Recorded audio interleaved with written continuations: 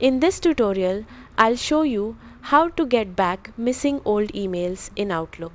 First, open Outlook and check the archive, deleted items and junk email folders to see if your missing emails were moved there.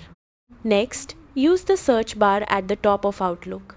Search by date, sender, subject or keywords to help locate the missing emails. You can also use the search filters to narrow the results.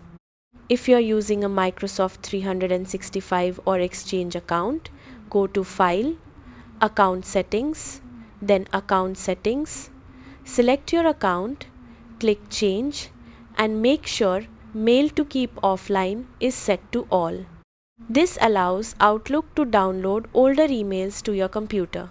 If the emails were deleted, check the Recover Deleted Items option if it's available for your account. After making any changes, restart Outlook and allow it to finish syncing. Your older emails should appear once the synchronization is complete. That's how to get back missing old emails in Outlook. Thanks for watching.